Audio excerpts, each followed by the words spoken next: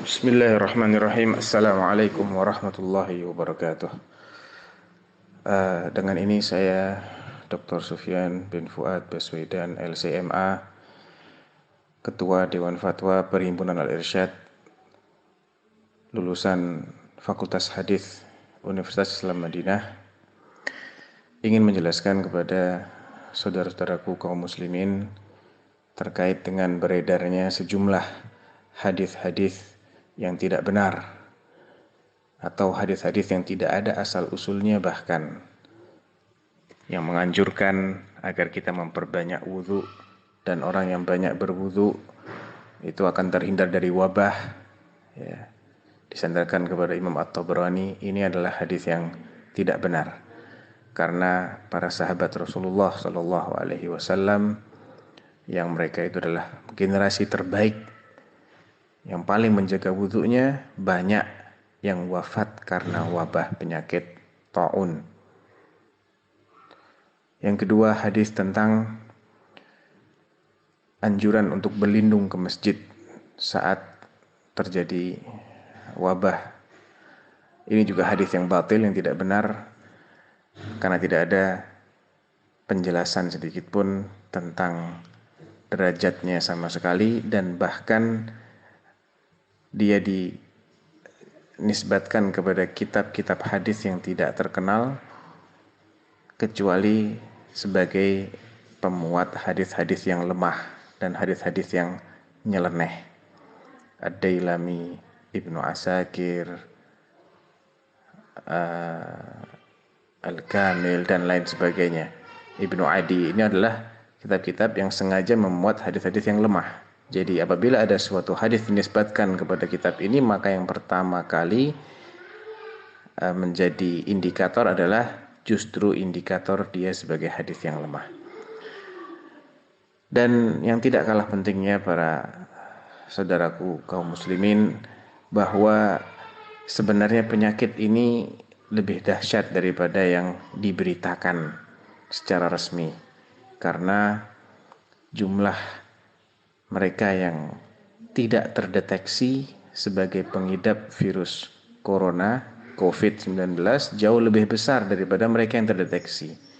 Bahkan menurut salah seorang dokter ahli, Dr. Faris, ahli di Asosiasi Spesialis Paru, beliau mengatakan hanya 15% yang menampakkan gejala dari mereka yang mengidap virus corona ini.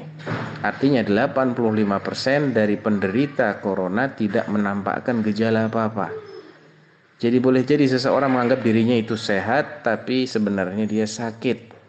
Dan dia akan sangat beresiko untuk menularkan penyakit ini melalui baik kontak fisik, atau droplet alias percikan air liurnya, atau bahkan melalui nafasnya di udara. Karena ternyata menurut Dr. Faris, virus ini bisa disebarkan secara airborne alias dengan tersebar di udara, dan paling singkat setelah dia itu menempel di sebuah tempat, dia bisa bertahan 9 jam.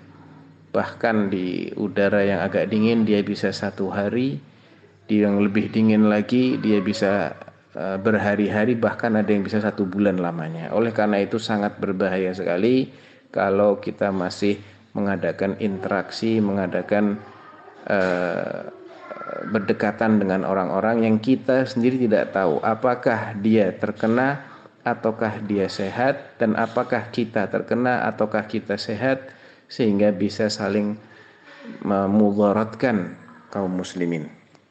Kemudian yang kedua, mereka yang masih bingung bagaimana dengan sholat Jumat, bagaimana dengan sholat berjamaah lainnya 5 waktu, ketahuilah bahwa Nabi Shallallahu Alaihi Wasallam telah memberikan rukhsah, memberikan keringanan dengan berbagai macam alasan yang syar'i bagi seseorang untuk meninggalkan sholat berjamaah, bahkan untuk meninggalkan sholat Jumat, tapi menggantinya dengan sholat zuhur 4 rakaat di rumah.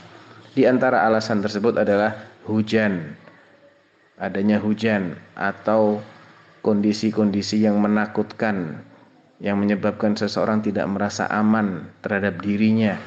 Demikian juga penyakit. Demikian juga orang yang sedang mengonsumsi bawang atau habis merokok yang baunya itu mengganggu orang sekitarnya.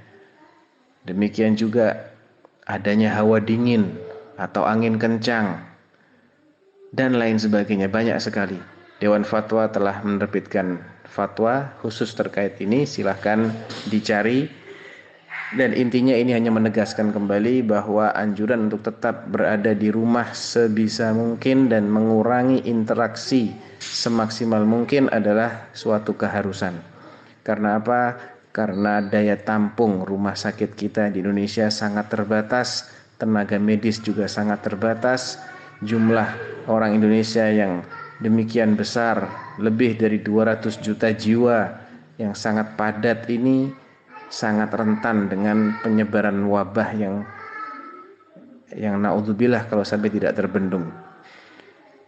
Bayangkan negara yang cukup luas seperti Saudi Arabia saja dengan penduduk yang sangat sedikit, hanya sekitar 15 juta jiwa atau 20 juta jiwa, tersebar di banyak kota. Itu saja sudah resmi menutup masjid-masjidnya, tidak digunakan lagi untuk sholat 5 waktu maupun untuk Jumatan, kecuali hanya Masjidil Haram dan Masjid Nabawi. Dan para ulama besar di Saudi Arabia, Hay'ah Kibar Ulama, telah memfatwakan tentang disyariatkannya penutupan masjid-masjid. Apakah mereka tidak faham hadis? Tentunya faham. Apakah mereka tidak ingin kaum muslimin sholat? Tentunya mereka lebih ingin kaum muslimin sholat daripada siapapun yang tidak bertanggung jawab dalam menyebarkan hadis-hadis yang tidak benar tadi. Mereka faham, karena tapi bahayanya lebih besar, maka mereka memfatwakan supaya sholat di rumah. Jadi yang ingin sholat zuhur, sholat asar, sholat maghrib, sholat isya, sholat subuh, sholat saja di rumah masing-masing.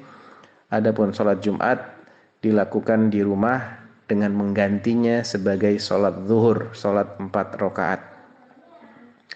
Ya, saya sengaja menegaskan kembali karena masih banyak orang yang menanyakan tentang masalah ini. Mudah-mudahan bisa difahami dan jangan mengambil sembarangan fatwa dari orang-orang yang tidak bertanggung jawab, tidak memiliki kredibilitas, tidak memiliki kapasitas ilmu, dan tidak mengetahui duduk perkaranya. Karena dia akan bertanggung jawab, menanggung dosa 2 kali lipat. Dosa menyebarkan informasi yang tidak benar, dosa berbicara tanpa dasar ilmu, dan dosa menjerumuskan orang lain sehingga menjadi korban penyakit yang mematikan ini. Wallahu ta'ala alam. Fatwa ini saya sampaikan di kota Solo pada tanggal 19 Maret 2020 jam 19:18 waktu Indonesia Barat. Siapa yang ingin menyebarkannya, saya berikan izin untuk menyebarkannya. Dan bagi yang ingin penjelasan lebih lanjut, dapat merujuk kepada fatwa yang telah diterbitkan oleh Dewan Fatwa Perhimpunan Al-Irsyad, dapat diakses di website resmi kami www.dewanfatwa.com. Barakallahu fiik. Assalamualaikum warahmatullahi wabarakatuh.